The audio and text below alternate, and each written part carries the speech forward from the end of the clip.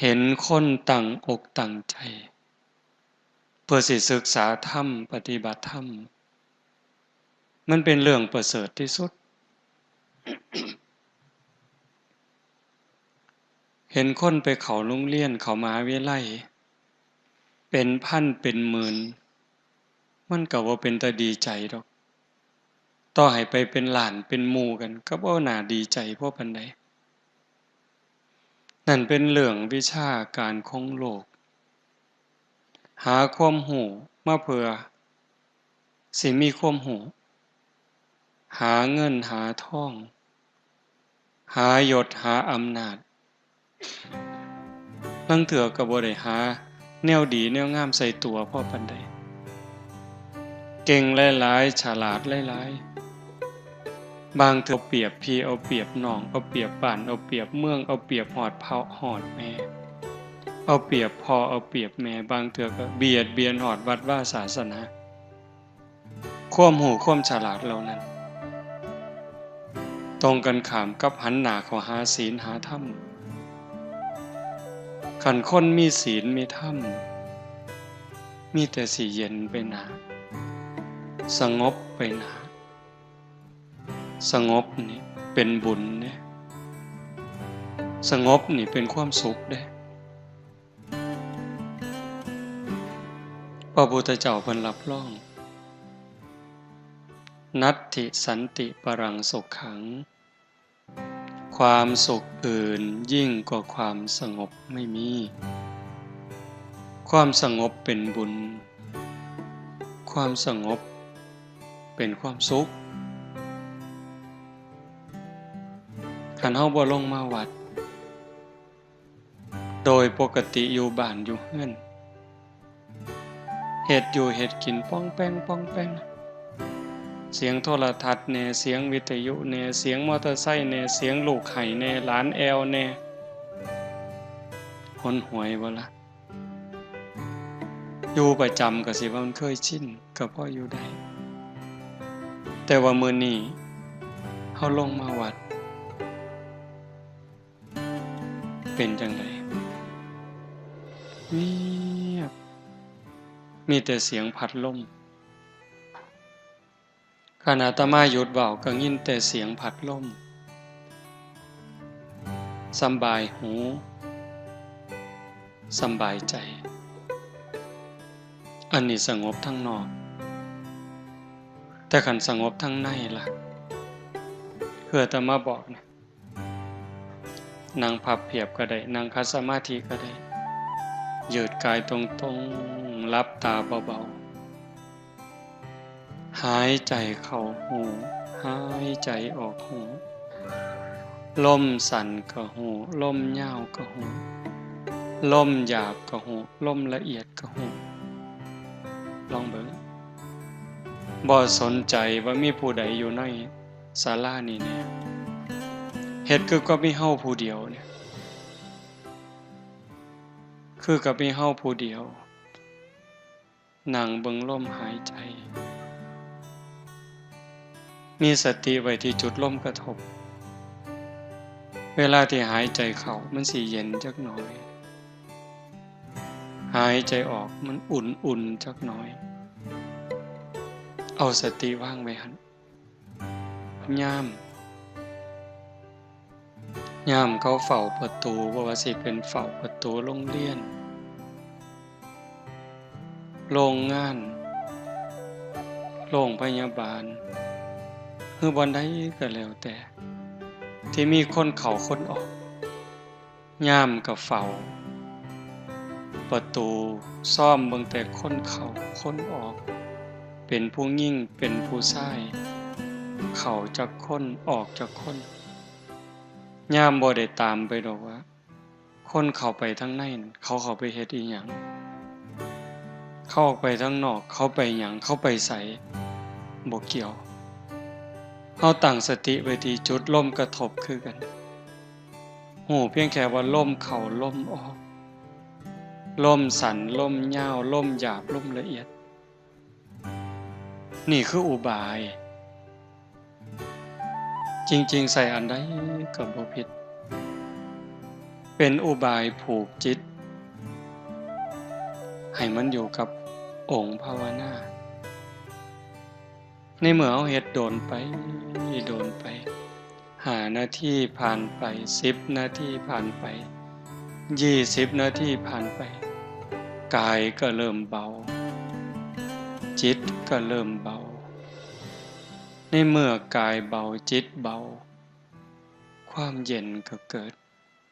ความสงบก็หลายขึ้นยิ่งสงบเท่าใดความสุขก็มีหลายเท่านั้นนั่นคือบุญ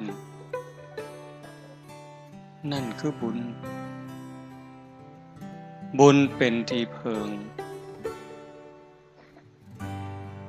ปุญญานิปะละโลกัสสมิงปฏิทาโหนติปานินังเพราะเหตุว่าบุญนั้นเป็นที่พึ่งของสัตว์ทั้งหลายในโลกหน้าพร้อมทั้งโลกต่อไปเพิงยังก็บ่ประเสริฐสำกับเพิงบุญเพิงผัวเพิงเมียเพิงลูกเพิงหลานเพิงพี่เพิงน้องกับเพิงใดในข้าวที่หักกันในข้าวที่หักกันในข้าวที่มีศีลมีธรรมในใจคันเวลาใดที่ศีลที่ธรรมจืดจางไปจากใจแล้วผัวกลายเป็นข้าศึกศัตรูเมียก็กลายเป็นข้าศึกศัตรูลูกเต่าเล่าหลานญาติพี่น้องกลายเป็นข้าศึกศัตรูเฮาได้ยินข่าวอยู่ซุมื้อผัวขาเมียมันบ่น่าเป็นแต่มันก็เป็นเมียขาผัวลูกขาพ่อแม่พ่อแม่ขาลูกพี่น้องญาติทรัพย์สมบัติขานั่นที่เพิงภายนอกว่าท่านมั่นคงถาวรอีหยังบ่ท่านปลอดภัยแต่ว่าบุญเนี่ยกลายเป็นที่เพิงให้ความสุขให้ความเอิบอิ่มใจให้ความเจริญก้าวหน้าในโลกนี้ก็ตามโลกหน้าก็ตามบุญเป็นสื่อของความสุขอย่างว่าคันเฮ็ดไว้หลายๆเฮ็ดไว้ดูๆเก็บเล็กผสมน้อยห้อมเต่าตื่มกันคันบุญหลายเด้เกิดมาในตระกูลครอบครัวที่ยากจนแต่ว่าโดนไปดีย้อนลูกสำบายย้อนลูกได้ผัวกับผัวดีผัวคุณได้เมียกับเมียดีเมียคุณเกิดในตระกูลที่ยากจนคนแค้นลำบากลำบนแต่ว่าได้ผัวรวยเงินรวยทองแล้วก็รวยคุณงามความดีเพิงผ้าอาศัยพี่น้องเฮากับเพิงผ้าได้อันนั้นบุญนะลูกเกิดมากก็เสือถอยฟังคำลูกคุณเจริญรุ่งเรื่องไปในมือข้างหน้าโยมบางคนเป็นตาอ่อนซ่อนลูกเพิ่นมาบวชนำศึกไปวัน2 มื้อ3 มื้อไล่ๆกันผู้หนึ่งจบวิศวะทำงานระยองบ้านอื่นดอกอยู่ทั้งกันทะลมพ่อแม่เพิ่นก็สำบายลูกผู้หญิงทำงานอยู่กระทรวงพัฒนาสังคมและความมั่นคงของมนุษย์ปฏิบัติธรรมบ่แต่งงานอยู่ว่าสิบ่ท่านพ่อบังมักก็บ่จักแต่ว่าอยู่มาปานนี้บ่ท่านได้แต่งงานปฏิบัติธรรมตลอดร่างกายก็มอบให้สภากาชาติลูกผู้ชายจบวิศวะทำงานอยู่ระยองเหล้าบ่กินยาบ่สูบมาบวชอยู่นำ10 กว่ามื้ออาตมาก็บ่ได้บอกจักความหูเฮ็ดหูหยังเอง บัดมื้อศึกแล้วเพิ่นก็เฮ็ดหนังสือเป็นข่าวๆหนังสือที่กำลังปรับปรุงพอศึกแล้วก็ขออนุญาตพาพ่อพาแม่ไปมุกดาหารไปกราบพระธาตุพนมกลับมาก็มานอนวัดมาเฮ็ดนั่นเฮ็ดนี่แล้วก็กลับไปทำงานผู้หนึ่งก็วิศวะคอมพิวเตอร์ศึกมื้อก่อนมื้อหนึ่งเนี่ยไล่ๆกันเหล้าบ่กินยาบ่สูบทำงานอยู่คอมพิวเตอร์เครื่องเนชั่นเฝ้าคอมพิวเตอร์มีลูกน้องเฝ้าเป็นพันคนอันนี้ก็บักอย่างดีนั่นหมายถึงพ่อแม่ผู้เพิ่นมีบุญอยู่เป็นนี่เด้สำบายย้อนลูกคันผู้บุญบ่พอล่ะยากย้อนลูกเจ้าของเกิดในครอบครัวที่พ่อแม่มีบุญมีศีลมีธรรมร่ำรวยพ่ออยู่พ่อกินบ่ลำบากพ่อแต่ตกครอบครัวมาผัวก็เมาเมียก็เล่นไพ่เล่นการพนันตกลูกตกหลานมากับผานอย่างเดียวเป็นหนี้เป็นสินย้อนลูกขึ้นโรงพักขึ้นศาลย้อนลูกเห็นบ่นั่นคือบุญบ่พอคำโบราณเพิ่นว่าบุญมีแล้วดีสิป้องใสคันแม่นบุญบ่ให้ของขี้หายสิแล่นโฮมอันนี้เว้าเฉพาะในโลกปัจจุบันเด้มันก็ส่งผลตั้งแต่เดี๋ยวนี้โลกปัจจุบันเนี่ยโยมถือว่าเป็นผู้มีบุญมีสติมีปัญญาเกิดในบ้านที่มีวัดมีว่ามีครูบาอาจารย์จูงเข้าหาศีลหาธรรมเฮาเองก็เป็นผู้บ่ประมาทยังใส่ใจสนใจเป็นเรื่องอีหลีเด้บุญเป็นที่พึ่งเฮาก็ได้ตั้งอกตั้งใจเก็บเกี่ยวสัมภารธรรมครูบาอาจารย์เพิ่นพาเฮ็ดปฏิบัติธรรมเฉลิมพระเกียรตินายหลวง88พรรษาอ้างเพิ่นปฏิบัติธรรมถวายเพิ่นพร้อมได้คือกันเด้เป็นอุปถัมภกกรรมเฮาได้ก่อนเกิดขึ้นกับเฮาก่อนเกิดขึ้นกับจิตกับใจแล้วอุทิศส่งไปถึงพระบาทสมเด็จพระเจ้าอยู่หัวบุญตรงนี้จะเฮ็ดให้เพิ่นอายุหมั่นขวัญยืนสุขภาพแข็งแรงเป็นห่มโพห่มไส้เฮาโดนไปอีกตัวเฮาเองก็สิมีสุขภาพแข็งแรงขึ้นบ่แม่นเว้าเล่นเด้ยิ่งเฮาได้เดินจงกรมได้นั่งสมาธิได้เจริญภาวนาแผ่เมตตา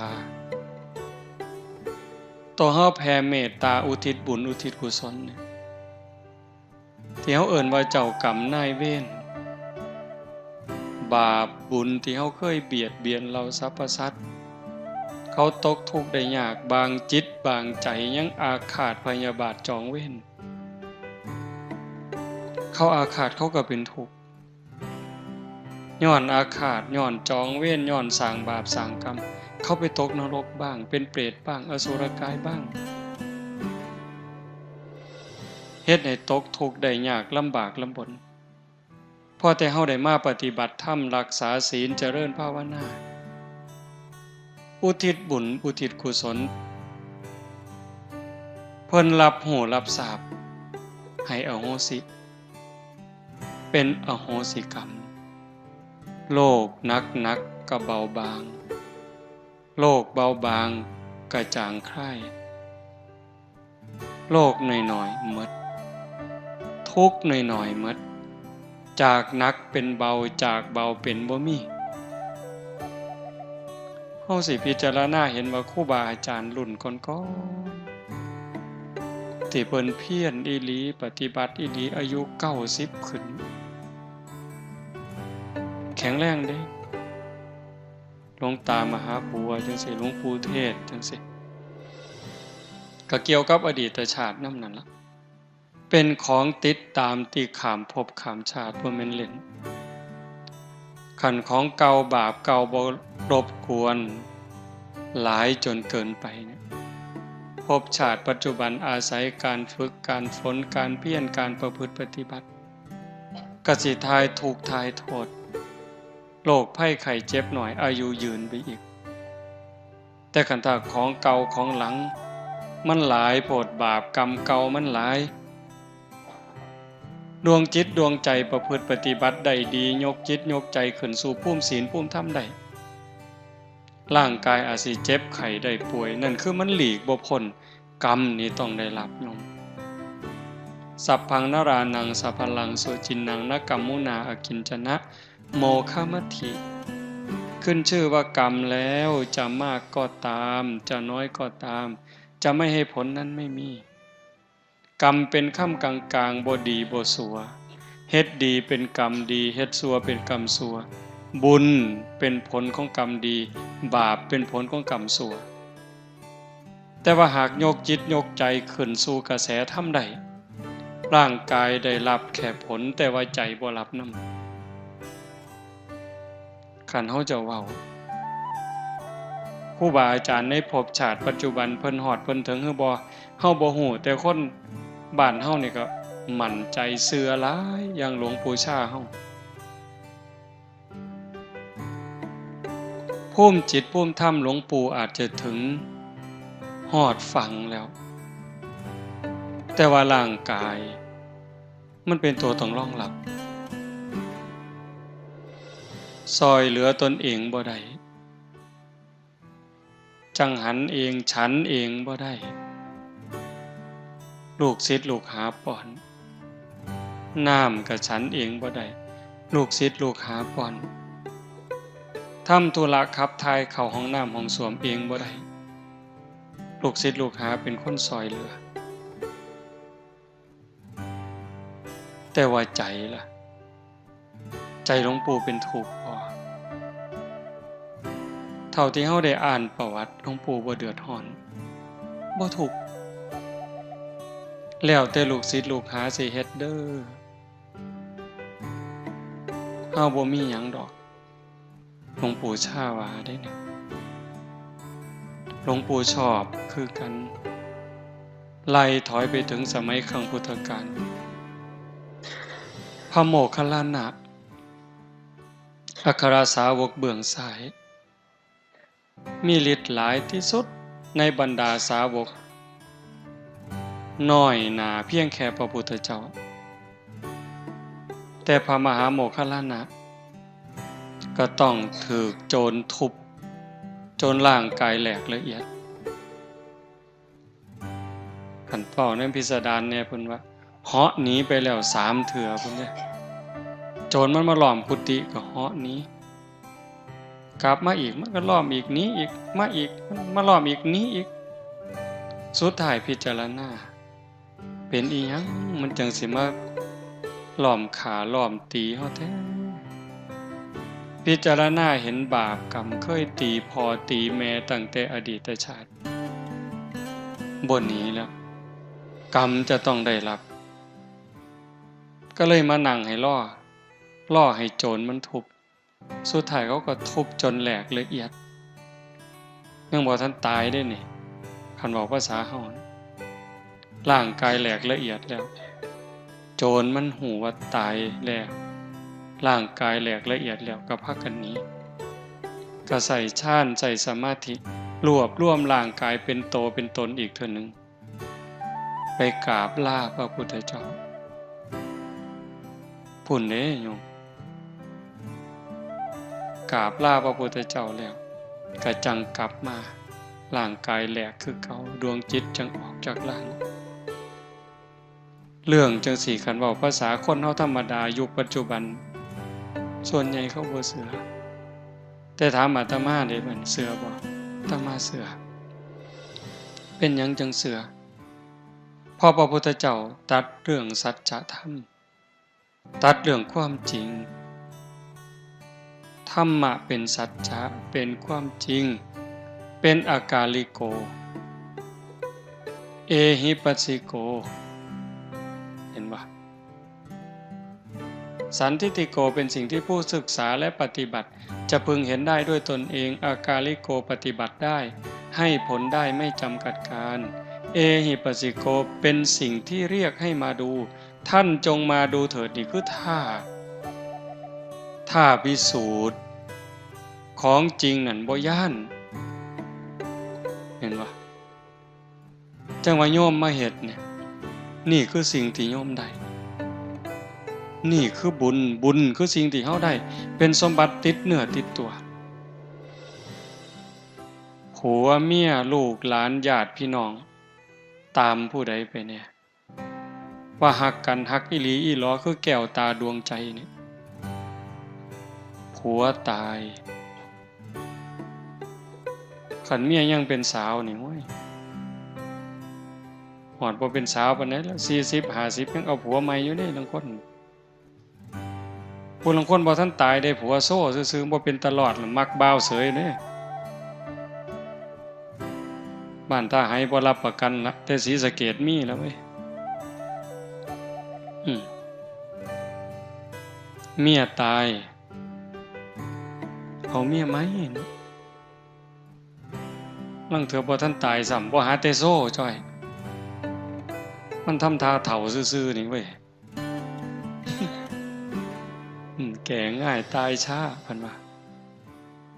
ลังเถื่อก็บ่ทันเฒ่าซ้ำดอกโบราณเพิ่นว่าก้นหม้อข้าวบ่ทันดำมันก็ปากันแล้วมักผู้ใหม่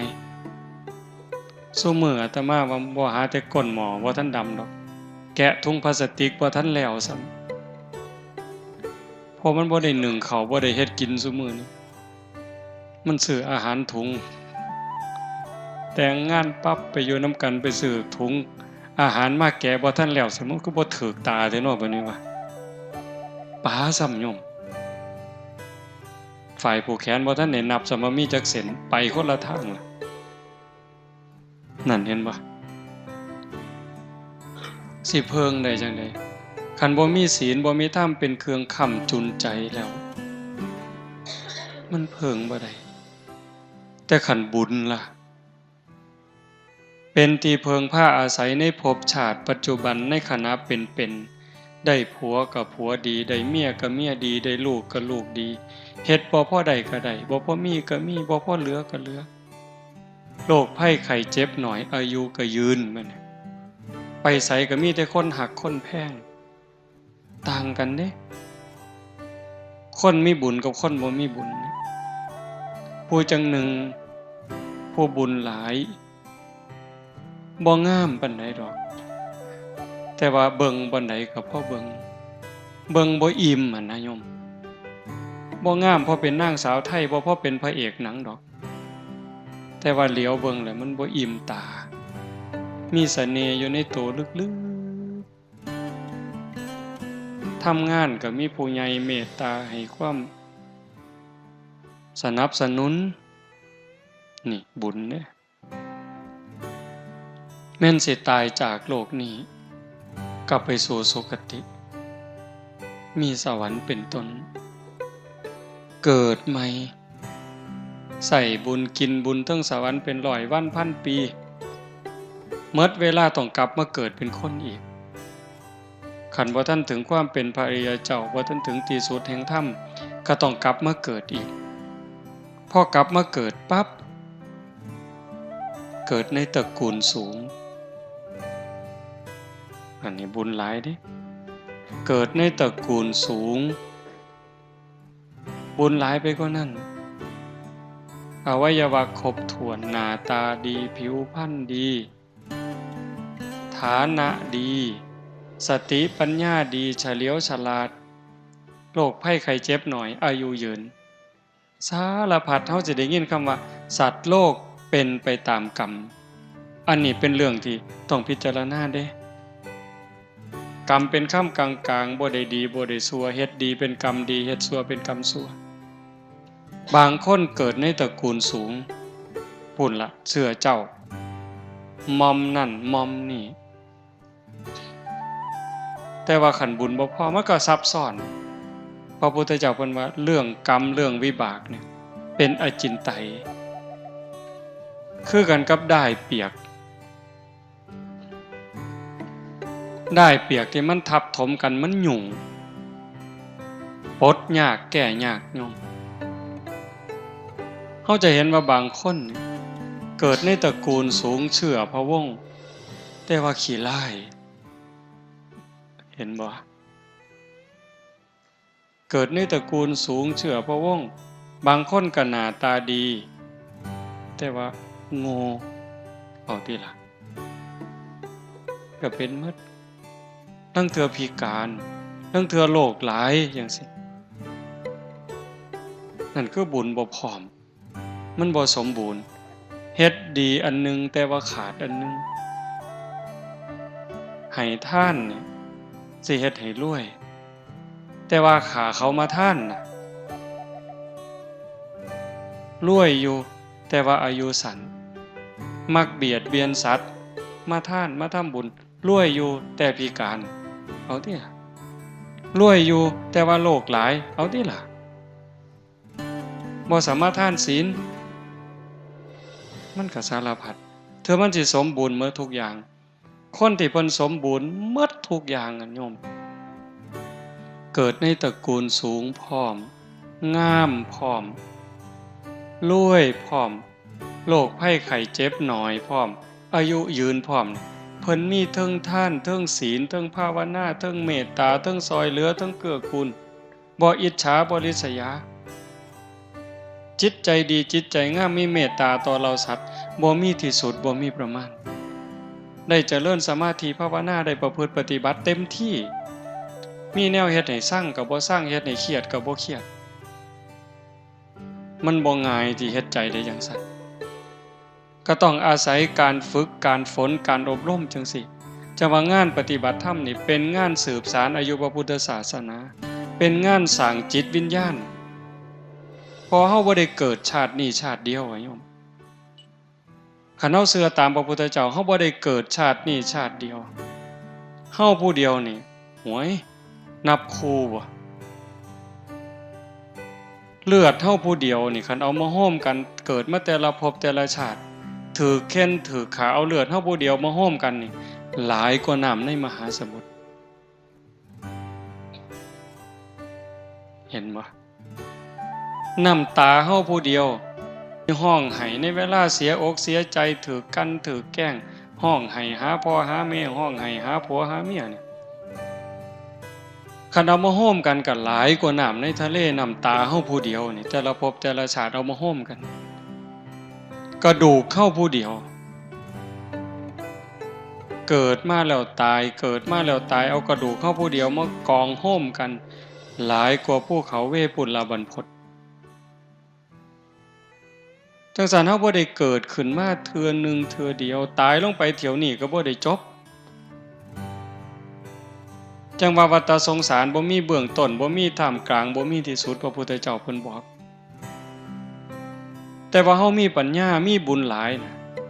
ถึงแม้นว่าสิยากจนคนแค้นเกิดบ้านนอกคอกหน้าบ่ร่ำบ่รวยพอปานใดแต่ว่าเฮาก็ดีอย่างหนึ่งเกิดมาพ่อวัดพ่อว่าพ่อพระพุทธศาสนาได้มีโอกาสมาเติมบุญให้เจ้าของนี่เป็นเรื่องดีเด้เฮ็ดบุญก็เฮ็ดแบบคนฉลาดนี่เฮ็ดง่ายๆนี่เฮ็ดง่ายๆนี่โยมผู้ใดได้ขางัวเนี่ยนี่มาเฮ็ดบุญมื้อนี้เลี้ยงแขกเลี้ยงคนได้ขางัวขาหมูขาเป็ดขาไก่บ่นี่สะอาดแล้วเด้นี่ศีลข้อที่1บ่ได้เบียดเบียนทรัพย์สินสมบัติของผู้ใดบ่ได้ลักบ่ได้จี้ได้ปล้นบ่ได้เบียดเบียนจิตใจผัวเมียลูกเต้าเล่าหลานผู้อื่นคำเว้าคำจาก็บ่ได้เว้าคำเท็จส่อเสียดเพ้อเจ้อเว้าให้ไผเจ็บอกเจ็บใจบ่ต้องเลี้ยงเหล้าเลี้ยงยาเสียเงินเสียทองอีหยังเด้นี่บุญนี่เป็นบุญบริสุทธิ์อาบน้ำอาบทาสะอาดสะอ้านแล้วใส่ชุดขาวลงมาวัดโยมลองเบิ่งเด้พิจารณาเด้มาแบบง่ายๆเงินก็บ่ต้องเตรียมจ่อย ผู้บ่เตรียมก็บ่เตรียมบ่มีจักสลึงหลวงพ่อเพิ่นก็บ่ได้เว้าดอกไม้ดอกเดียวบ่ติดมือมาเพิ่นก็บ่ว่าแต่มันสิกลายเป็นบุญบักอย่างใหญ่เด้คันเทียบกับบุญที่เฮาเฮ็ดอยู่เฮือนบุญแจกข้าวหาพ่อหาแม่หาปู่ย่าตายายคันผู้บ่เข้าใจนี่บาปตั้งแต่มื้อโฮมกันบ่ทันฮอดมื้อบุญเด้นี่เอิ้นลูกเอิ้นหลานเอิ้นพี่เอิ้นน้องบ้านเหนือบ้านใต้มาประชุมกันสิแจกข้าวหาพ่อหาแม่เฮาเฮ็ดจังได๋น้องอ้ายมาต่างบ้านต่างเมืองต่างคุ้มมาพ้อกันก็ถือเหล้ามาพร้อมถือเบียร์มาพร้อมขาไก่กินพร้อมโอ้สิเข้าบุญกฐินเด้นี่เข้าบุญกฐินแจกข้าวหาพ่อหาแม่เข้าบุญอัฏฐะแจกข้าวหาพ่อหาแม่เริ่มต้นด้วยการขาด้วยเริ่มต้นด้วยการกินเหล้ากินยาโสกันไปเจ้าสิออกหลายปานใดอันนี้เว้ากันดีเด้นี่น้องอ้ายฮักกันอ้ายสิออกหลายปานใดเอื้อยสิหลายปานใดน้องสิหลายปานใดหลาเฮ็ดบุญกฐินหาพ่อหาแม่เฮาต้องเฮ็ดใหญ่เติบเด้สมศักดิ์ศรีของวงตระกูลอ้ายสิออก500,000เจ้าออกหลายปานใดเอาน้องอ้าย 3-4 คนผู้นี้500,000ผู้นี้400,000ผู้นี้ล้านเอาออกมาเอาเงินมากองกันว่าแล้วสิจ้างหมอลำคณะใดนั่นออกข้างแล้วได้บัดจ้างหมอลำจัก500,000น้อเอาตกลงเอางัวจักโตไหวแล้วได้บัดสิบอกคนหลายปานใดเหล้าหลายปานใดเบียร์หลายปานใดตกลงกันหมดจ้างหมอลำ500,000ซื้อเหล้าจัก50,000ซื้องัวซื้อหมูจัก50,000นิมนต์พระจักองค์เนาะองค์ละ10 บาทนี่บัดสิเอาบุญได้บัดนี้รอให้เฮือนอื่นเขานิมนต์ไปซะก่อนพอมันเหลือหน่อยลงจังบ่ไปหลายอยู่เฮือนเจ้าของนะครูบาหัวดีแต่เด็กคนนี่ก็ได้คันบอกก็ว่าอยากให้พระอยู่หลายๆอยู่โดนๆให้อยากพระเต็มวัดเต็มว่ามัดนิมนต์แล้วเอา5 องค์เพิ่นว่า9 องค์บางหม่องนิมนต์แต่เจ้าอาวาสโอ้ยอาตมาเป็นลูกวัดนี่หนีมันเลยละเว้ยอยู่แต่เจ้าอาวาสซะสั่นกินเป็นแต่เจ้าอาวาสนั่นแล้วเนาะ เห็นบ่นี่เฮ็ดบุญเนี่ยเฮ็ดแนวนั้นหมดเป็นแสนหมดเป็นล้านบุญกันน้อยๆแต่ว่ามื้อนี้บ่แม่นเว้าเอาเด้แม่ใหญ่ก็ฟังแล้วก็คิดอย่าเชื่อเด้เชื่อง่ายแล้วโง่เว้ยฟังแล้วก็คิดคันมื้อนี้เฮาตั้งใจมาฝึกปวดขาก็ทนปวดแอวก็ทนพยายามฝึกสติให้อยู่กับอารมณ์ปัจจุบันอันนี้ก็คือฝึกพระพุทธเจ้าเพิ่นบอกมาเสสหัสเสนะโยยะเชทะสัตสตังสมังเอกันจะภวิตัตตานังมหุตตัมปิปูชเยสาเยวะปูชนาเสยโยยันเยวะสัตสตังหุตังบุคคลใดปรารถนาบุญบูชาการอย่างอื่นสิ้นทรัพย์ติดต่อกันเดือนละ 1,000 กหาปณะเป็นเวลายาวนานตั้ง100 ปีเห็นปะปีหนึ่ง12 เดือนเดือนละ1,000ก็12,000 10 ปี100 กับ 20 เดือน10 ปีนี่12,000 120,000คัน100 ปีล่ะ1,200 เดือน1,200,000เมิดเงิน1,200,000ใส่เวลา100 ปีเมื่อยเท่าใดเสียเคิกเวียกเคิกงานเท่าใดแต่พระพุทธเจ้าว่าแม่นสิเฮ็ดหลายปานนั้นก็ได้บุญหน่อยกว่าการบูชาผู้ฝึกตนแม้เพียงครั้งเดียวการบูชาแปลว่าการแสดงออกถึงการหูคุณหูค่ามื้อนี้ เฮาแสดงความเคารพบูชาต่อพระรัตนตรัยนี่ดอกไม้มาซ้ำนี่เทียนซ้ำนี่ผู้บางคนบ่มีดอกไม้บ่มีธูปเทียนเอามือนี่กราบลงไปกลางพื้นระลึกนึกถึงพระพุทธเจ้า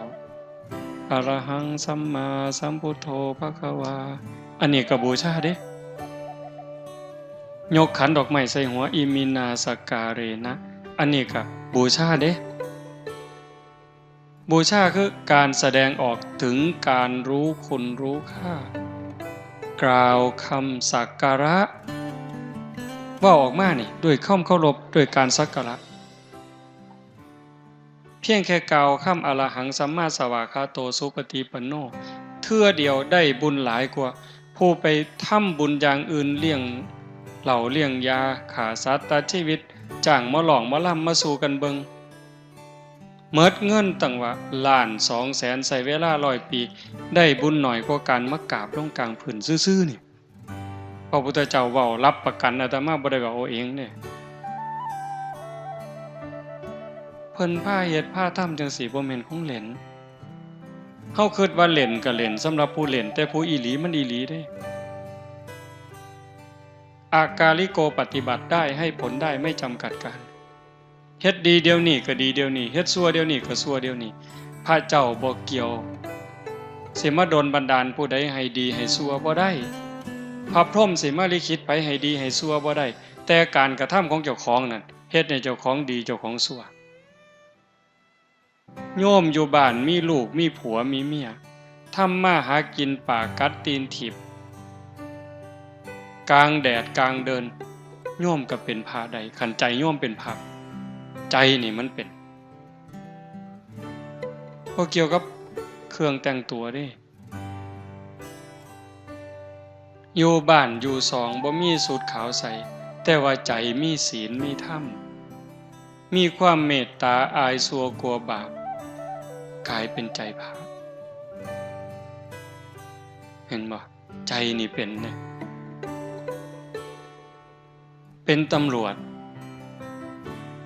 แต่ว่าไปหลักเขาไปปล้นเขาใส่สูทตำรวจแต่ใจเป็นโจรประพฤติตัวอย่างโจรก็กลายเป็นโจรในเครื่องแบบเห็นบ่ใจเป็นใหญ่ใจเป็นประธานทุกอย่างสำเร็จที่ใจถึงก่อนสิสุขนี่ก็ใจสุขสิทุกข์นี่ก็ใจทุกข์สิเดือดร้อนก็ใจร้อนสิสงบร่มเย็นก็ใจสงบร่มเย็นคนเนี่ยมันเป็นผู้ลิขิตโลกร้อนเพราะใจคนร้อนโลกเย็นเพราะใจคนเย็นโลกนี่มันสิวุ่นวายก็เพราะใจคนนี่สับสนวุ่นวายโลกสิสงบร่มเย็นก็ย้อนคนเด้ถ้าใจคนสงบใจคนร่มเย็นคือโยมอยู่จังสิโยมลองคิดเบิ่งมาถ้าหมดโลกคนหมดโลกเนี่ยมีจิตใจคือญาติโยมบ้านท่าไห้อำเภอเขืองในเมืองอุบลเฮาเนี่ยเป็นจังสี่หมดโลกตอนนี้สินับถือศาสนาพุทธก็ตามนับถือศาสนาคริสต์ก็ตามนับถือศาสนาอิสลามก็ตามนับถือศาสนาพราหมณ์ศาสนาซิกก็สั่งว่านับถือศาสนาใดๆก็ตามหากว่าทุกคนในเวลานี้หมดโลกนี่มีจิตใจคือโยมอย่างหน่อยๆก็คมจิตคมใจละห่อนก็ทนหนาวก็ทนหิวก็ทนง่วงก็ทนปวดขาปวดแข้งก็ทนพอใจก็ทนบ่พอใจก็ทนพยายามสงบใจขันคนทุกคนในโลกเป็นแนวนี้มันสิขากันบ่โยมบ่สงครามมันสิมีบ่การเอารัดเอาเปรียบกดขี่ข่มเหงยักยอกหลอกลวงกันมันสิมีบ่การเค้นการขาการด่าร้ายกันมันสิมีบ่มันมีบ่ได้ขันใจคนเป็นแนวนี้ที่ใจญาติโยมเป็นจังซี่ก็ย้อนโยมมีธรรมเป็นหยังโยมจังได้มีธรรมก็ย้อนโยมไฟบุญเชื่อของคนงามความดีมันฝังมาในจิตวิญญาณโยมตั้งแต่อดีตชาติแล้ว าบ่ได้เกิดมาชาตินี้ชาติเดียวอย่างว่ามันคอยสะสมคอยบ่มคอยเพาะเฮามีหน้าตาดีมีอวัยวะครบถ้วนมีสติมีปัญญานั่นคือบุญเก่าเฮาเอาบุญเก่ามาต่อเอาบุญใหม่ปุญเยนะปุญญังสังสรรธรรมนาเอาบุญเก่ามาต่อเอาบุญใหม่บุญได้เกิดเป็นคนได้เกิดในผืนแผ่นดินไทยเกิดใต้ร่มใบบุญบารมีของพระบาทสมเด็จพระเจ้าอยู่หัวเกิดมาพ่อพระพุทธศาสนาบ่นิ่งดูดายฟังเทศน์ฟังธรรมหูเรื่องเห็นประโยชน์ของชีวิตเห็นว่าชีวิตเป็นของหน่อยวันเวลาของชีวิตมันหน่อยนิดเดียวแต่ว่าชีวิตเป็นสิ่งสำคัญใครได้ป่วยลงนี่ก็หมดสภาพตายก็หมดโอกาสแต่ว่าตอนนี้มันบ่ทันตายแม่นสิเฒ่าแม่นสิแก่แม่นสิหลงลืมสุขภาพสมบูรณ์บ้างบ่สมบูรณ์บ้างแต่ตอนนี้ชีวิตยังมีอยู่ยังแยกผิดแยกถูกแยกดีแยกชั่วเว้าดีก็ได้เว้าร้ายก็เป็น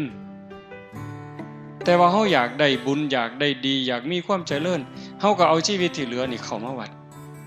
นี่คือคนมีปัญญานี่คือคนฉลาดผู้บางคนแข็งแรงกว่าเฮาเด้ปุ่นไปร้องเพลงอยู่ในคาราโอเกะพุ่นไปกินเหล้าอยู่พุ่นไปเที่ยวหยังต่อหยังอยู่พุ่นบ่คิดน้ำศีลน้ำธรรมเลยอันนั่นก็ได้ของดีมากได้ร่างกายได้ชีวิตของความเป็นมนุษย์มาบักอย่างดีแต่ว่าบุญบ่พอเกิดมิจฉาทิฏฐิบ่ได้เชื่อว่าบาปมีบุญมีชาติหน้าชาติก่อนนรกสวรรค์อีหยังทำดีได้ดีมีที่ไหนพูดนักปราชญ์เก๋เพิ่นเว้าทำดีได้ดีมีที่ไหนทำชั่วได้ดีมีถมไปว่าซิผัวไผเมียไผลูกไผบ่ว่ามาแต่ได้แม่นดีสิขามศพคนไปก็ได้ว่าให้ได้ยศได้ตำแหน่งได้อำนาจวาสนามาสิขามหัวคนไปจะคนกูก็บ่งึดอันแนวนั้นได้มันเป็นร้อยล้านพันล้านแสนล้านก็สร้างโยมอย่าไปอ่อนซ่อนอย่าไปงึดมาเป็นร้อยล้านมีอำนาจคับโลกนั่นคือคนขาดทุนนั่นคือคนอาภัพมันสิได้ไปหยังล่ะยังเว้าว่างั้นดินดอนตอนหญ้าเฮือนซ่านบ้านซองรถล่ามาสร้างลูกเต่าผัวเมียไผสินำเจ้าไปเนี่ยหมดลมหายใจกลับไปไผไปมันลังเทื่อบ่ทันตายซ้ำยังว่าบ่ทันโซ่บ่ทันไข้บ่ทันป่วยไปเป็นของผู้อื่นแล้วลูกว่าลูกเฮาเลี้ยงมาพาใหญ่ย่ำเขามกจกเขาป้อนบอกลังเทื่อบ่ฟังลังเทื่อมันเถียงเฮาหัวสักกินพุ่นเห็นบ่คันแม่นอยู่นำกันแม่นดีก็ตามเถาะดีนำกันจนตายตายแล้วก็จากกันบ่ได้นำกันไปเจ้าของเฮือนเจ้าของบ้านซื้อในทะเบียนบ้านสถานะเจ้าบ้านตายปั๊บเขาก็เอาใบมรณบัตรบ่เกิน24ชั่วโมงมาตาใส่รถเด้ซื้อเฮาเป็นผู้ครอบครองโฉนดที่ดินนส.3 ตายปั๊บ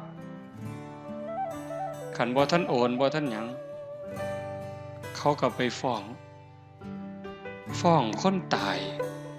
ลูกเขาได้นี่ฟ้องโยมคือบ่จะว่าหน้าเฮาก็ว่าหน้าเฮานะซาวมาเองซื้อมาเองเฮ็ดให้เฮ็ดหน้าก็เลี้ยงลูกเลี้ยงเต้าใหญ่ก้าหน้าบานมาบัดเฮาตายแล้วไปฟ้องเฮาเสยฟ้องคนตายว่าซั่นว่าสิเอาหน้าเฮาได้นี่เห็นบ่มันบ่แม่นของไผนี่อันนั้นของนอกกายดอกของในตัวว่าเนี่ยกินข้าวกินน้ำเจ็บไข้ได้ป่วยก็ให้โยกให้ยาดูแลรักษาประคบประงมมันงอกก็ย้อมอันผมเนี่ยแขวมันหักมันหลุดก็เอาแขวปลอมมาใส่ผู้บางคนหนังมันเหี่ยวก็ไปยืด ไปดึงให้มันตึงไว้บัดตายแล้วปั๊บบัดผมเส้นเดียวก็บ่ได้กระดูกท่อนเดียวก็บ่ได้แขวเล่มเดียวก็บ่ได้ขี้เท่าเท่าปลายเข็มนี่บ่แม่นบ่ได้เป็นหยังจังบ่ได้มันบ่แม่นของเฮามันเป็นสมบัติของโลกร่างกายนี่เป็นของยืมมายืมจากดินจากน้ำจากลมจากไฟพ่อแม่ปั้นเอาดินน้ำลมไฟมาปั้นเป็นเนื้อเป็นตัวเป็นขาบเป็นขิ้งเฮาเพิ่นก็เอาดินเติมดินน้ำเติมน้ำลมเติมลมไฟเติมไฟเฮาก็จังใหญ่มา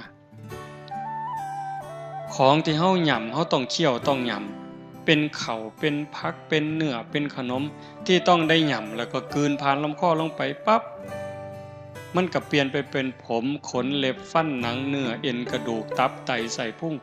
นี่คือยืมจากธรรมชาติส่วนที่นำไปใส่ได้มันก็ใส่นั่นคือธาตุดินเด้ซ่อมแซมส่วนที่สึกหรอเฮ็ดให้เจริญเติบโตม่วนเป็นกาก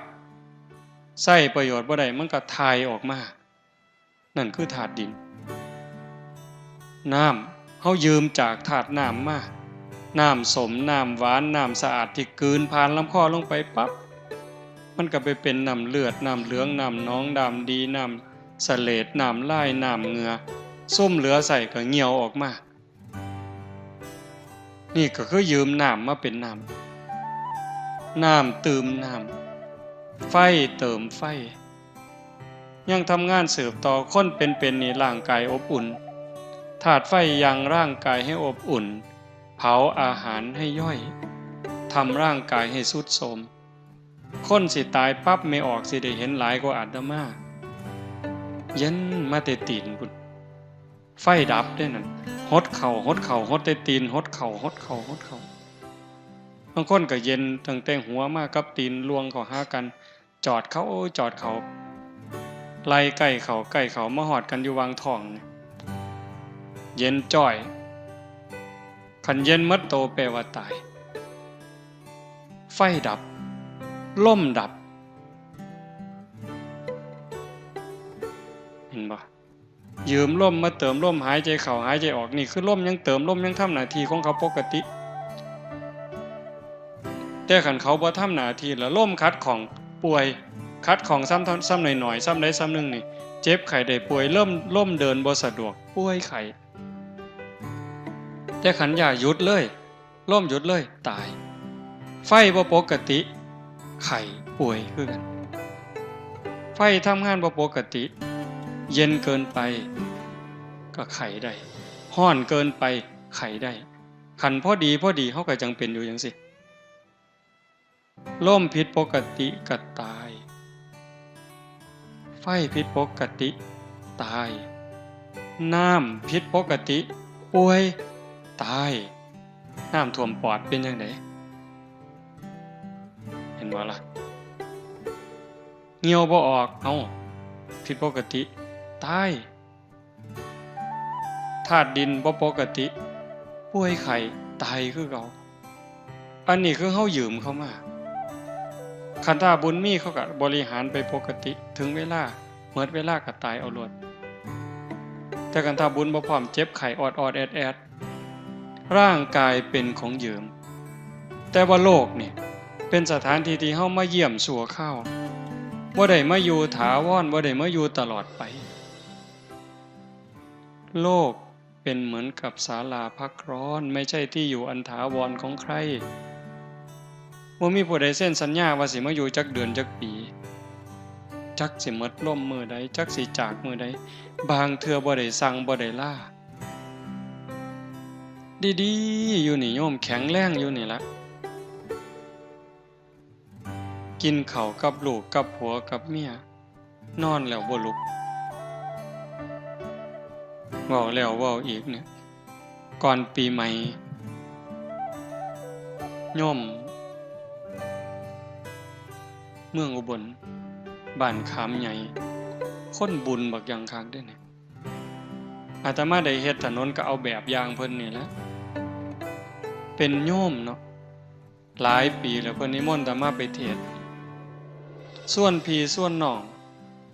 ทอดผ่าป่าเทถนนจากหมู่บ้านไปสู่หมู่บ้านเทถนนคอนกรีต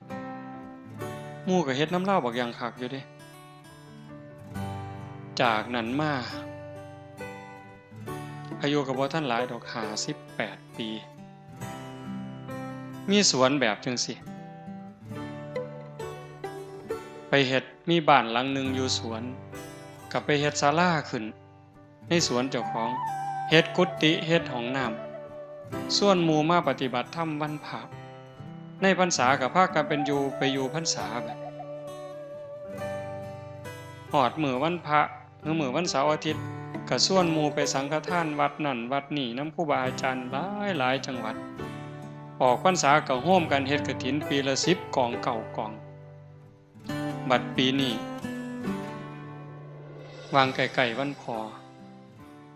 ก่อนวันพอเนี่ยประมาณวันที่6ได้ไปเผาอาตมาได้ไปเผาเพิ่นอยู่ดีๆนี่โยมขับรถไปหาหมออยู่อุบลเนี่ยจักแม่นไปบ่อนใดดอกก่อนรู้สึกว่าบ่สบายก็ขับรถไปเองไปหาหมอเพิ่นก็ตรวจเกล็ดเลือดต่ำหมอว่าให้นอนเพิ่นก็เลยบอกหมอว่าผมนอนบ่ทันได้ดอกครับบ่ได้บอกลูกบอกเมียผมมาผู้เดียวผมขอไปบอกลูกบอกเมียก่อนขับรถไปบอกลูกบอกเมียลูกเมียก็แต่งเสื้อผ้าหน้าแพร่ก็มานำกันขับรถมาอีกไปบนเก่าเขาก็ว่าอาการหนักส่งเข้าโรงพยาบาลสรรพสิทธิ์ตรวจอีกเทื่อก็ว่าเกล็ดเลือดต่ำยืนยันขอบริจาคเลือดด่วนญาติทำอยู่ไสก็มาบริจาคเลือดบริจาคเกล็ดเลือดแต่ว่าเอาบ่อยู่เขาทั้งนึงก็ไหลออกซ้ำกับเทน้ำทิ่มสุดท้ายก็เสียชีวิตอยู่คืนเดียวโยมเห็นบ่โยมอีกผู้หนึ่งวันที่4ผู้หญิงมาเนี่ยวันที่4ท่านว่าอาตมาพาปฏิบัติธรรมหน้าศาลากลาง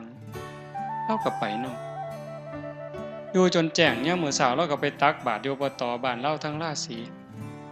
ยามมื้อแลงก็กินข้าวกับลูกกับผัวกับเมียก็นอนกับลูกกับผัวแล้วก็นอนตี3เสร็จลุกมาเข้าห้องน้ำกลับไปนอนใหม่พอนอนลงข้าวเดียวหายใจแห้งกึกผัวปลุกอุ้มขึ้นรถไปโรงพยาบาลราศีไปหอดหมอเขาว่าเมิดล่มตั้งแต่ครึ่งทาง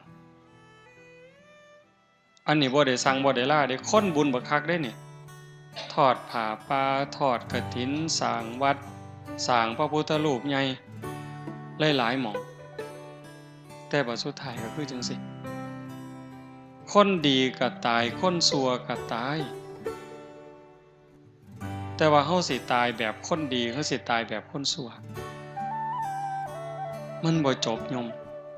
คันตายแล้วมันจบเนี่ยอาตมาก็สิเซาเว้าแต่หึง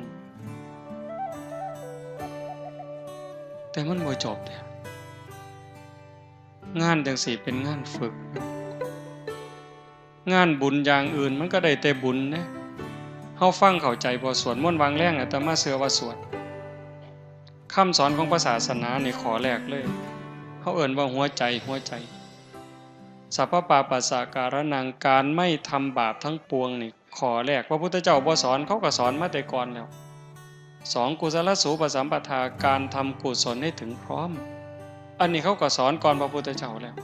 พระพุทธเจ้าว่าถูกแล้วพระองค์ก็นำมาสอนต่อละบาปถูกต้องบำเพ็ญบุญก็ดีงามแต่ว่าบ่ทันปลอดภัยตัวที่แน่นอนที่สุดที่พระพุทธเจ้าสอนสจิตตปริโยทปนังการชำระจิตของตนให้ขาวรอบชำระจิตได้จังได๋ฮู้จักชำระอยู่บ่เช็ดล้างเช็ดทำความสะอาดล้างทำความสะอาดล้างใจเนี่ยล้างใจให้มันสะอาดจากหักจากสั่งจากได้จากเสียจากมีจากเป็นล้างใจให้มันสะอาดจากความโลภความโกรธความหลงความเกลียดความกลัวอิจฉาริษยาไผสิล้างให้บัดเนี่ยสะเดาะเคราะห์900วัดมันก็บ่เซาบัดอันความอิจฉาคน รดน้ำมนต์ห้วยอย่าสาว่าแต่น้ำมนต์นะเอาน้ำซี่มาหมดนั่นล้างก็บ่เซาเด้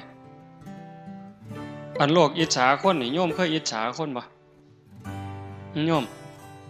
เคยอิจฉาคนบ่เจ้ามันเป็นจังไดอิจฉาคนเนี่ยอิจฉาตาร้อนแม่นบ่สมมุติว่าอิจฉาเฮาอิจฉาคุณนายกอเนี่ยได้ยินแต่ชื่อลาวเฮาก็บ่เป็นตาอยู่แล้วฮ้อนหูฮ้อนหวยล่ะยิ่งคนย่องเราโอ้ยแม่ใหญ่กอจะแม่นเราดีเด้อ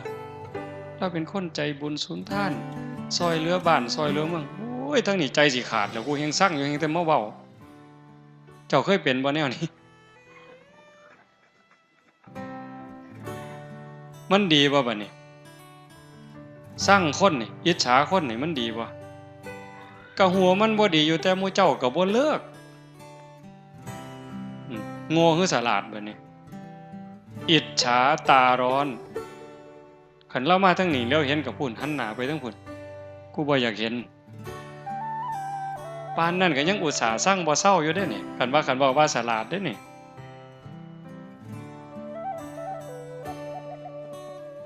ให้ล้างใจตรงนั้นจากล้างสร้างล้างอิจฉาล้างโลภล้างฮอดดีประสุดท้าย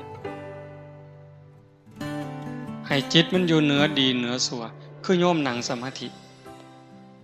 ผู้นั่งมาตั้งแต่ต้นอาตมาบอกมาชั่วโมงนึงแล้วคือบอกข้าวเดียวว่าสิเว้าน้อย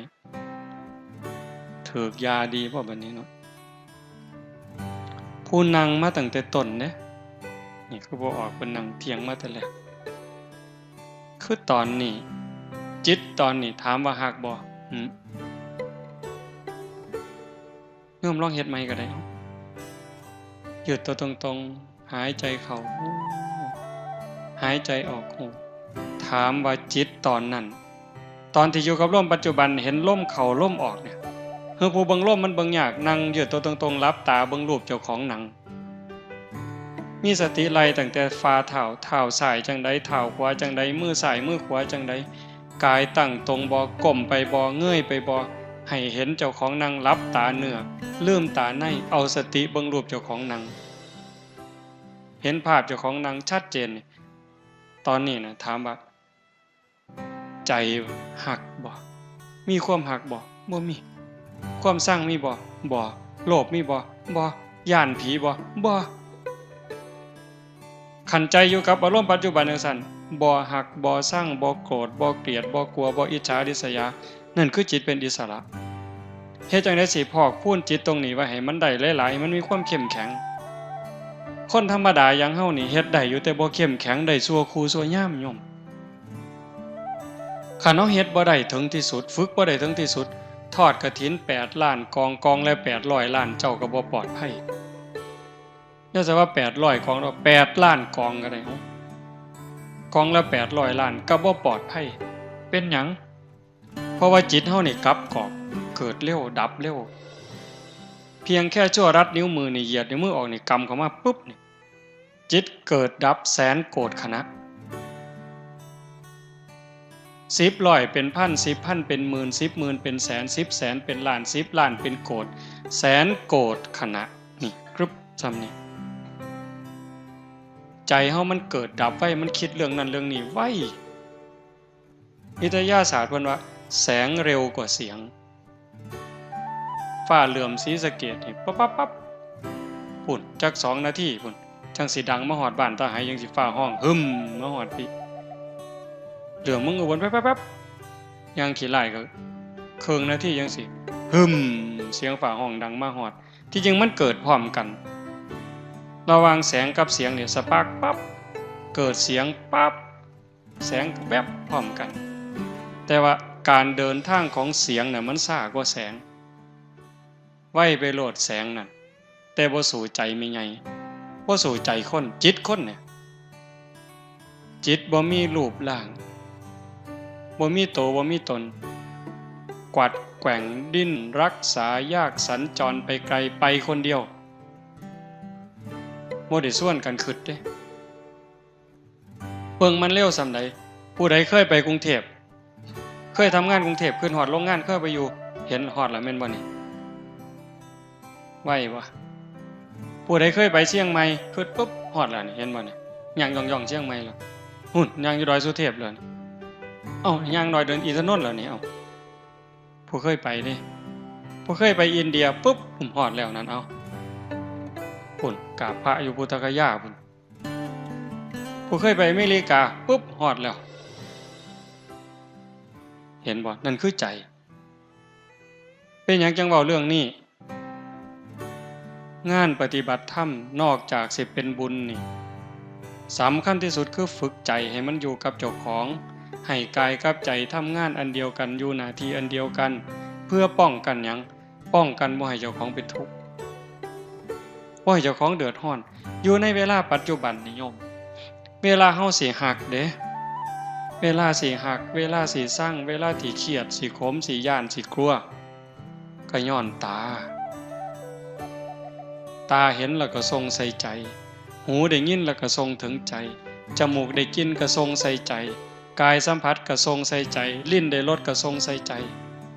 ใจประมวลภาพมีหักมีโกรธมีเกลียดมีกลัวใจมันเป็นผู้รับเอาทั้งดีทั้งชั่วทั้งบุญทั้งบาปเป็นจังได๋บัดนี้ที่อาตมาเว้าข้างไว้วังนึงว่ากระดูกเข้าผู้เดียวก็สูงใหญ่กว่าภูเขาเวปุลลาบรรพตน้ำตาเฮาผู้เดียวก็หลายกว่าน้ำในมหาสมุทรเลือดเฮาผู้เดียวก็หลายกว่าน้ำในทะเลคันเอามาร่วมกันแต่ละภพแต่ละชาติอีหยังมันไปเกิดร่างกายตายแล้วก็เผากับฝังนี่ร่างกายขึ้นในธรรมชาติแต่ว่าจิตใจวิญญาณมันเดินทางต่อหอบบุญหอบบาปไปสำคัญที่สุดบัดนี้สิมีสุขมีทุกข์ในปัจจุบันเป็นอยู่นี่คันเฮามีสติฝึกได้ดีเห็นลมเข้าลมออกชัดเจนตาเห็นปั๊บยกจิตอยู่เหนืออารมณ์บ่ให้หักบ่ให้สั่งบ่ให้ยินดียินร้ายหูได้ยินเสียงก็ยกอยู่เหนืออารมณ์บ่ให้ยินดียินร้ายฝึกได้เฮ็ดได้เด้คันฝึกพอเฮ็ดได้โยมอาตมารับประกันว่าเฮ็ดได้คันฝึกพอบ่ให้หักบ่ให้สั่งตาเห็นก็สร้างหูได้ยินก็สร้างจมูกได้กินก็ตามลิ้นได้รสก็ตามกายสัมผัสเย็นร้อนร้อนแข็งก็บ่ให้ดีใจเสียใจให้เป็นปกติอยู่คือเก่าซ้ำบ่เห็นบ่ได้ยินแต่ว่าเข้าใจหมดแล้วจัดการได้หมดแล้วอันนั้นคือฝึกเป็นฝึกได้อันนี้ในขณะที่เป็นสำคัญขึ้นไปอีกเว้ยบัดสิตายโยมบัดเฮาสิตายนี่ที่ว่าบางหันทอดกฐิน8ล้านกองละ800ล้านก็บ่ทันปลอดภัยเพราะว่าเฮานี่เฮ็ดทั้งบุญทั้งบาปเด้โยมทั้งที่คนบุญมักบุญคือญาติโยมนี่ล่ะแต่ก็เผลอเฮ็ดบาปฮอดครูบาอาจารย์พระสงฆ์องค์นี้นั่งเทื่อก็เผลอเฮ็ดบาปเด็ดใบไม้เสียหญ้าเสียยุ่งยืนเงียวจังซี่เอาฉันเข้าเพ่นฉันจังหันฉันเพ่นกินข้าวค่ำใหญ่ฉันค่ำใหญ่ก็บาปอีกล่ะเอาดีล่ะฉันไปนำว่าไปนำก็บาปอีกแล้วกัดข้ามเข่าก็บาปอีกแล้วเฮ็ดจังได๋บัดนี้บุญก็เฮ็ดอยู่บักคังคักนี่เด้เป็นพระเป็นเน้นไหว้พระสวดมนต์เดินจงกรมนั่งสมาธิเว้าธรรมะให้ญาติโยมฟังแต่บัดกัดข้ามเข่าซื่อๆก็บาปนั่นคือสติมันขาดเป็นจังได๋บัดสิตายมันมาฟ้องใจเฮาบ่ได้เริ่มหยังจักอย่างโยมฟังดีๆนะสิจบแล้วนะจิตเฮานี่บ่ได้เริ่มหยังจักอย่างมันบันทึกข้อมูลที่เฮาเฮ็ดมาด้วยกายวาจาใจที่ถึงพร้อมด้วยเจตนาความคิดคำเว้าการกระทำใดๆตั้งแต่เฮาจำความได้ถึงพร้อมเจตนามันถูกบันทึกไว้ในใจเฮาหมดคอมพิวเตอร์ว่ามันเก่งมันสิเก่งเพราะปานใดไวรัสกินข้อมูลเสียมิดก่อยซ้อยไวรัสกินข้อมูลในคอมพิวเตอร์ข้อมูลเสียหายแต่ว่าใจเฮานี่โยมมันบ่ได้ลืมหยังจักอย่างโยมเพียงแต่ว่ามื้อนี้เฮาบ่เห็นซื่อๆคันโยมได้นั่งสมาธิได้เดินจงกรมฝึกจิตฝึกใจไปจักระยะหนึ่งมันจะเริ่มจำ จำได้เรื่องเล็กๆน้อยๆคอรอแคแลจอกลอกแจกแลกจำหมดจำไปพุ่นล่ะฮอดนอนในกระด้งพุ่นโอ้ยอาตมาจำได้อะโยมบ่คิดว่าสิจำจักเม็ดจักสิจำมาเฮ็ดหยังเนาะของจังซั่นนอนในกระด้งเพิ่นเอาสมุดกับดินสอไว้เทิงหัวมีมีดโกนอยู่เทิงหัวแม่เพิ่นป้อนข้าวเลิกศีลมาไว้ครึ่งเขาเอาตีนลูกกับตีนแม่ไปนำกันเอาหัวลูกหนุนเขานี่ยำข้าวมกใบตองเหย้านี่จำได้บักดีเลยเด้นี่เอาหางซ่อนตักมาเอาป้อนใส่ปากต้อยหน้าต้อยหลังเธอสิคืนข้าวหมดคำนึงเอามือจุ่มน้ำในโอยดใส่ปากป้อนเขาบ่ทันแล้วขี่ใส่ขาเพิ่นบ่สั่งบ่เครียดลางมื้อป้อนเขาบ่ทันแล้วเฮาบ่ทันอิ่มซ้ํผู้เขาใหญ่กว่าเอื้อยเขาผู้เขาเป็นเอื้อยแล่นมาญาติกินข้าวหมกจื้อได้จักสิจื้อให้มันเป็นประโยชน์อีหยังอันของจังซั่นอันนี้บอกว่ามันบ่ลืมถ้ามาจำได้ย่างน้ำก้นโยมแม่เป็นเด็กน้อยกำลังย่างเป็นหาบเพิ่นหาบกระตาหน้ามันสิฟังนึงมันสิเป็นแอนกลางเป็นคู่ทั้งปีเป็นโน่นซ้ายทั้งนี้เป็นโน่นสิขึ้นมาบ้านย่างมากำลังยกขาพร้อมกันแท้โยมแม่เพิ่นว่าสิพาไปอยู่บ้านพ้นขาวไปอยู่น้ำปูน้ำยาจำได้จักสิจำให้มันเป็นอีหยังอันนี้เรื่องจังสี่บ่ถึงว่าเป็นบาปเป็นกรรมแต่ว่าเรื่องที่เฮาฆ่าสัตว์ตัดชีวิตไปอูดกินนู่นผู้ใดเคยอูดกินนู่นเนี่ยสอนหวกสอนปลาลูกคอกได้เม่งข้าวสารผู้ใดเคยเป็นเนี่ยนี่สอนแพร่กระแงงได้เม่งข้าวสารนี่ยัดใส่ปากเลยโอ้ได้กุ้งเต้นจับหนวดมันไว้กัดกินเลยพวกไปใส่ได้ย่ายนี่มันถ้าเอาเฮาหมดได้นี่สอนได้หัวขี้โพบีบขี้แตกแก๊ดหัวกบบีบไว้ปัญญังหัวขี้โพบ่เอาบันไดหัวเขียดใกล้หน้านี่มันบ่มีขี้บันไดแฮงแต่ดีจักล้านโตแล้วเจ้าหมดแดงดินมันขึ้นมาบนกินเขาอยู่ใต้ตารางเฮือนอยู่ใกล้เถียงหน้าต้มน้ำร้อนเทลวกนั่นเสร็จหมดนี่ม่วนหมู่นี่แง่หมดแดงลองเบิ่งหายหนูบัดนี้อาตมาได้เฮ็ดน้ำพุ่นผ้าเฮ็ดเนาะไปเกี่ยวเขาพ่อหนูจังสิปุ่มเฟื่องอัดไว้หม่องนึงเทน้ำหายบัดนี้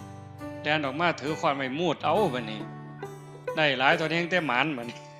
บ่ฮู้ว่าบาปจักเม็ดได้ใหญ่ลองเบิ่งติล่ะคนปานนั้นนี่ไปเอาต่อบัดนี้พูนกกใหม่บักสูงนึงผู้ใหญ่เพิ่นก็ขึ้นเอาไฟอูดไฟล่นได้ห่วงมันลงมาอาตมาเป็นเด็กน้อยก็แกะบัดแกะเอาลูกมันใส่คุไปแกะถือคนนึงแม่มันวิวออกมาใส่หัวเอาตกให้หน้า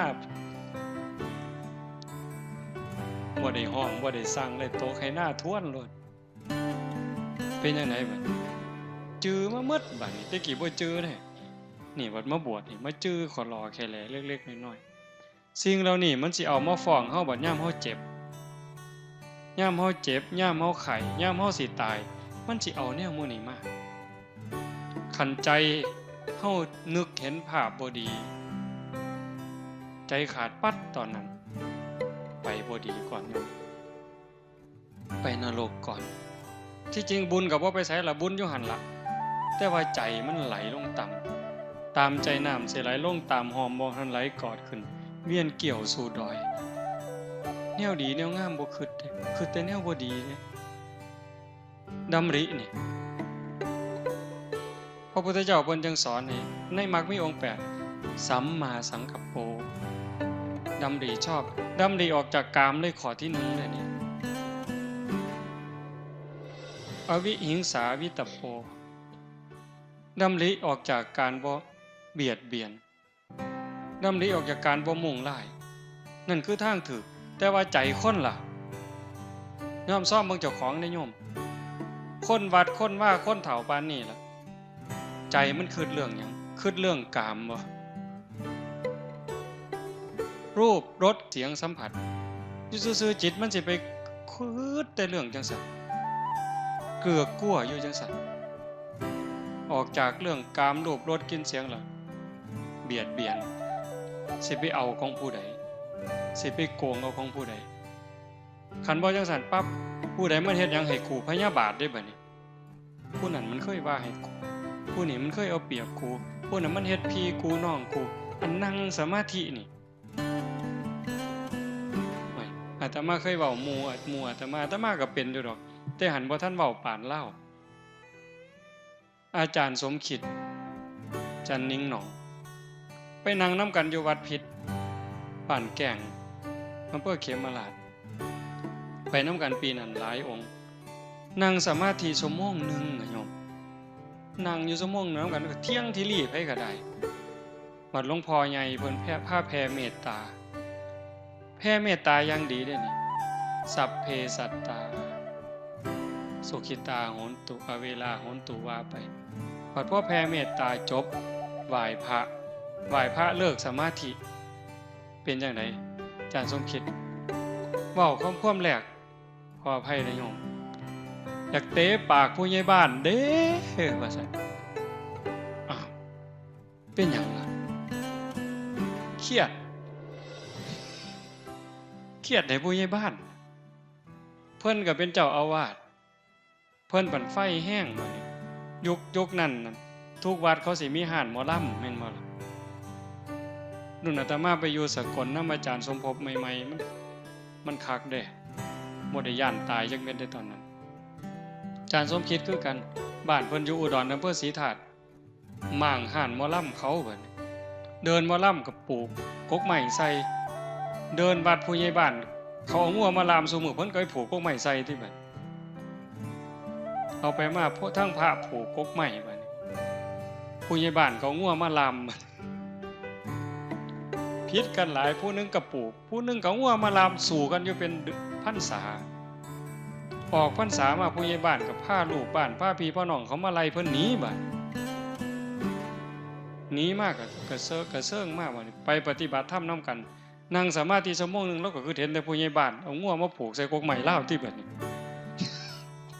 ออกจากสมาธิก็อยากเตะผู้ใหญ่บ้านทนตัวบัดนี้เบิ่งติล่ะแทนที่นั่งสมาธิจิตสิสงบจิตสิเย็นมันสิมียุบหนอพองหนอพุทโธอีหยังเกิดเห็นแต่หน้าผู้ใหญ่บ้านที่ลี่อยู่ตั้งแต่เดิมนั่นคือใจโยมรักษามันง่ายบ่เจ้าว่าพยาบาทบัดเฮาสิตายมันเป็นจังซี่ปั๊บโอ้ยโยมพระกับพระไผกับไผไปเลยนรกอย่างเดียวคันมันคิดฮอดบุญมานี่เห็นภาพเจ้าของนั่งสมาธิเห็นภาพแม่ขาวพ่อขาวหลายๆใจขาดตอนนั้นเจ้าบอกว่าข่อยบ่ไปข่อยอยากลงนรกบ่ได้เด้โยมมาบานเพิ่นก็เตะขึ้นสวรรค์เลยเด้เตะขึ้นสวรรค์เลยข่อยบ่ไปเพิ่นก็ว่าเจ้าต้องไปโลดเด้นั่นเพราะว่าใจมันไปจิตดวงสุดท้ายในชีวิตนี้เป็นจิตดวงแรกของชีวิตหน้าการฝึกการฝนนี่ยังจำเป็นอาตมานั่นเป็นมือสุดท้ายเนี่ยบอกให้ฟังว่าคันแม่นว่ามันตายอาตมากับบ่ทันหม่อมนรกเป้าเต็มปากเลยโยมมื้อวันที่31นะสวดมนต์ข้ามปีพอดีเทิงภูเขานี่ภูเขาปั่นเอาเองพวกรถเพิ่นเฮ็ดมันมีก้อนหินโคลอแค่แหลเนาะอาตมาเพิ่นสิลงไปอาตมาเลยว่าโอ้เจ้าไปเคลียร์ให้แน่เอารถไปเอาก้อนหินออกจักหน่อยเพื่อให้มันนั่งสบายมันมีหญ้ามีหยังนำเพิ่นก็รถไปแล่นหน้าแล่นหลังมันก็เป็นดินน่องขึ้นมาบัดนี้มันดินน่องขึ้นมามันค่ำๆอาตมาก็เลยชวนครูบา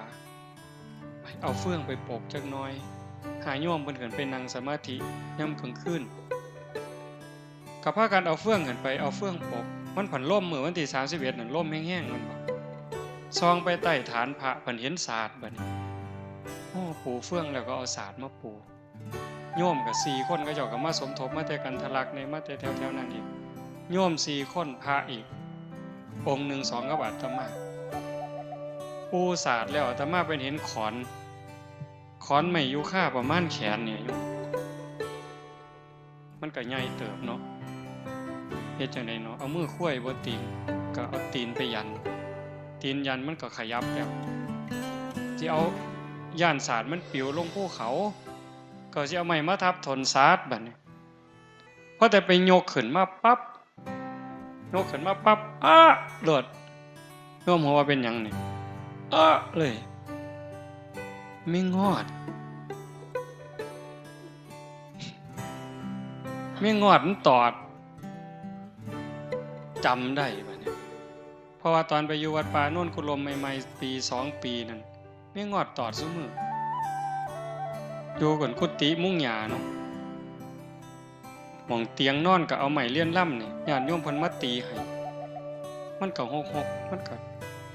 ตัดกัดซุมื้อไม้ถางปลาเป็นเดินก็มากองเป็นฟืนต้มน้ำร้อนก็ไปห่อปั๊บก็ปั๊บ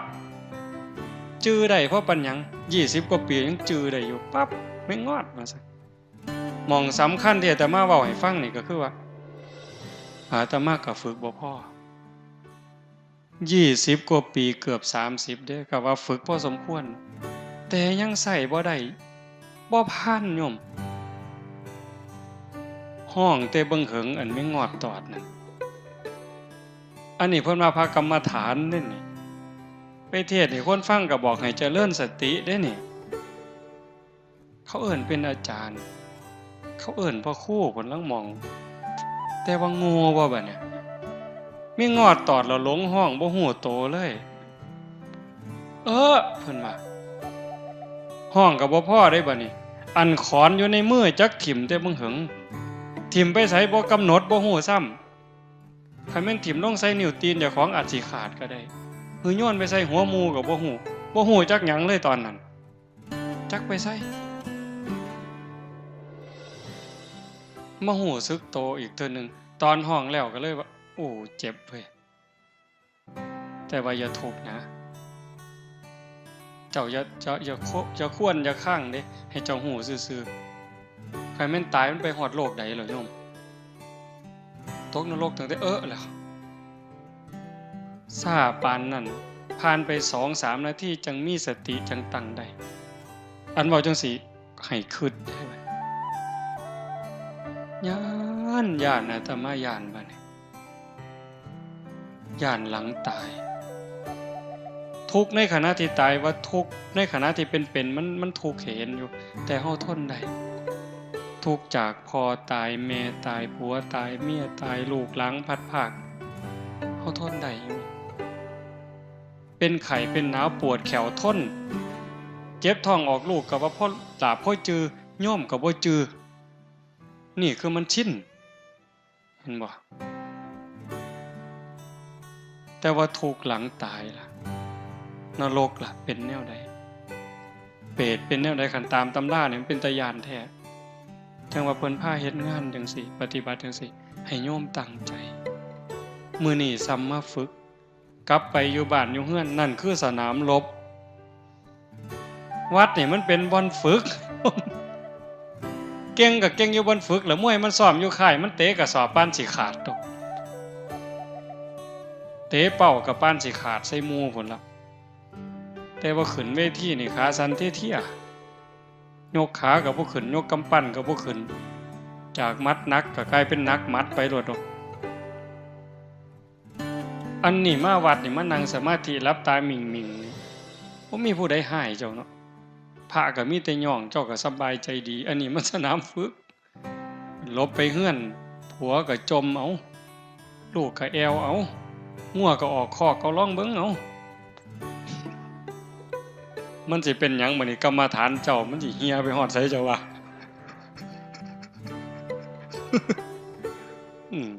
บ่ต้องเว้าถึงล้มสิตายเด้จักสิเจ็บแขวจักสิเจ็บข้างจักสิเจ็บตับเจ็บปอดแล้วโรคมะเร็งมันยังแต่บ่ย่าน สารพัดโยมแต่ว่ามันดีที่สุดคือการได้เกิดมาเป็นมนุษย์ได้พอพระพุทธศาสนาได้มีศรัทธาได้ฝึกเด้คำว่าเกิดมาเป็นมนุษย์ได้พอพระพุทธศาสนาขันบ่มีศรัทธาบ่ฝึกบ่ฝนกับบ่ดีหยังดอกโยมทั้งเทื่อคิดไปคิดมาอาจสิแพ้หมาขี่เหือนก็ได้เด้เฮานี่นะอาจสิแพ้หมาขี่เหือนก็ได้เป็นหยังจังว่าซั่นหมาขี่เหือนมันเกิดมาใส่กรรมมันตายชาตินี้ตายปั๊บมันอาจจะไปเกิดเป็นเทวดาก็ได้อันคนเฮาผู้หล่อๆผู้งามๆนี่ผู้อยู่ดีกินดีแต่ว่าจิตใจบ่มีศีลบ่มีธรรมนี่ไม่ตายปั๊บมันอาจจะไปเกิดเป็นหมาขี่เหือนก็ได้แลกกันก็ได้เด้อบัดนี้ฝ่าวเฮ็ดเด้อบัดนี้ผู้เฒ่าเด้อญาติโยมเด้อฝ่าวเฮ็ดบุญน้อยๆก็ฝ่าวเฮ็ดดีกับพ่อกับแม่พ่อแม่เนี่ยเป็นพระอรหันต์เป็นบ่อบุญอีหลีอีหรอคนอยู่ข้างอยู่เคียงกับผัวกับเมียกับลูกกับเต่าเว้าดีนำเขาเฮ็ดดีนำเขาลงวัดลงว่าได้เอาคันมีโอกาสก็ส่วนวันที่15 14 15ไปโฮมประพฤติปฏิบัตินำกันเพิ่นเฮ็ดร้านทำใหม่อยากโฮมพี่น้องไปนั่งให้มันเต็มปีนี้อาจสิมีแนวดีๆอาตมาใจบ่ดีวางหนึ่งว่าสิเศร้าซะดอกคิดเบื่อคิดนายแต่บัดซ่อมมันก็เป็นตาหลายกว่าเก่าบัดนี้แหมมื้อนี้ซุมมาแต่กรุงเทพก็สิมาซุมมาแต่โคราชก็สิมามันยากนำคนมื้อนี้นะก็ว่าสิมามันเอาไปมาสิหลายเด้นี่หลายก็หลายไปโลดไปสิม่วนคิดว่าสิพาโยมฝึกหลายๆปีนี้ฝึกหลายกว่าปีกายผ้าเล่นหลายโพดข้าวเดียวก็ร้องเพลงข้าวเดียวก็ร้องเพลงเนาะนี่ก็สิมีบ่มีก็บ่ฮู้แล้วแต่ว่าจะพาปฏิบัติให้หลายขึ้นเพื่อเห็นแล้วว่าเฮานี่บ่ปานใดไม่งอดตอดก็ลงห้องจักสิห้องให้มันเป็นหยังก็ปวดซ้ำเก่านะบ่ห้องแล้วก็แล้วแต่นั่นคือขาดสติจังว่าต้องฝึกต้องฝนต้องเขี่ยวเจ้าของให้เต็มที่ว่าได้สรุปได้ว่าบ่มีผู้ใดซอยไผ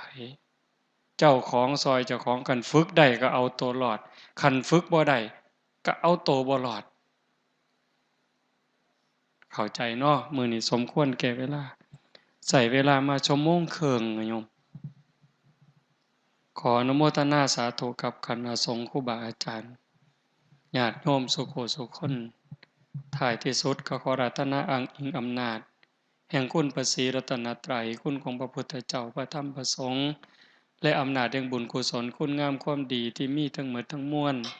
ในสากลจักรวาลจงล้อมร่วมเป็นตบะเป็นเดชะเป็นพลวะปัจจัยอำนวยหนุนทรงให้ครูบาอาจารย์ญาติโยมทุกท่านจงเป็นผู้เจริญงอกงามในภาษาธรรมคำสั่งสอนขององค์สมเด็จพระบรมศาสดาตลอดทั้งจตุรพิธพรชัยคืออายุวันนะสุขภละปฏิภาณธรรมสารสมบัติให้เป็นผู้มีสัมมาทิฏฐิมีโอกาสประพฤติธรรมปฏิบัติธรรม